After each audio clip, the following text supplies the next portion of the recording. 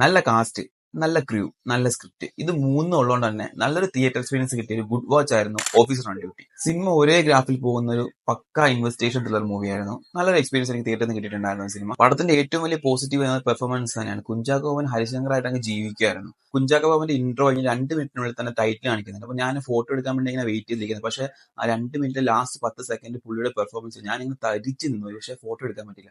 അമ്മാതിരി പെർഫോമൻസ് ആയിരുന്നു പുള്ളി. ആ ഒരു ഇമ്പാക്ട് പുള്ളിക്ക് ഹരിശങ്കർ എന്ന ക്യാരക്ടർ പുള്ളി എടുത്ത് ചെയ്തിട്ടുണ്ട്. ഒരു പോലീസുകാരെ ഇൻവെസ്റ്റിഗേഷൻ ചെയ്യുമ്പോഴത്തേക്കും അതിൽ പേഴ്സണൽ കാര്യം കൂടെ കിടന്നു വരുമ്പോഴത്തേക്കും അത് എങ്ങനെയാണ് ഉണ്ടാവുക എന്നുള്ള കാര്യം കറക്റ്റ് ആയിട്ട് പടത്തിൽ കാണിക്കുന്നുണ്ട്. വിശാഖ് നായരും റംസാൻ ഉൾപ്പെടുന്ന ഒരു 6 അംഗ സംഘം വില്ലന്മാരുണ്ട്. ഇവന്മാരുടെ നമുക്ക് തന്നെ ഇവന്മാരെ 5 കൊല്ലം നമുക്ക് തന്നെ തോന്നും. അമ്മാതിരി ക്യാരക്ടറാണ് ഇവന്മാരുടെ. പക്ഷെ ഇവന്മാരുടെ സ്റ്റൈലും സ്വാഗും ഇവന്മാർ അത് പടത്തിൽ ഭയങ്കര ഇമ്പാക്റ്റ് ആണ്. ഇവന്മാരുടെ ഹെയർ സ്റ്റൈൽ ആയിക്കോട്ടെ, ഡ്രസ്സിങ് എല്ലാം അടിപൊളിയായിരുന്നു. രക്ഷയുള്ള സാധനമായിരുന്നു. 2 ആക്ഷൻ രംഗങ്ങളാണ് പടത്തിലുള്ളത്. 2 മൂന്നിനൊന്നും വെച്ചായിരുന്നു. പട നിൽക്കുന്ന സാധനം. നമുക്ക് എന്താണ് ചെയ്യാൻ തോന്നുന്നത് അത് തന്നെയാണ് കുഞ്ചാക്കോ അവിടെ ചെയ്യുന്നത്. അപ്പൊ അത്ര നല്ല ഫീൽ കിട്ടിയ ഒരു ആക്ഷൻ രംഗങ്ങളായിരുന്നു. പിന്നെ ജേക്സ് വിജയുടെ ബാക്ക്ഗ്രൗണ്ട് സ്കോർ അത് പിന്നെ പറയേണ്ട കാര്യമില്ലല്ലോ. ഇവിടെ നിന്ന് കണ്ണൂർ സ്കോഡിൽ പോലെ അതിന്റെ അകത്ത് ബാംഗ്ലൂരിൽ ഈ വില്ലന്മാരെ പിടിക്കാൻ പോകുന്ന ഒരു സീനുണ്ട്.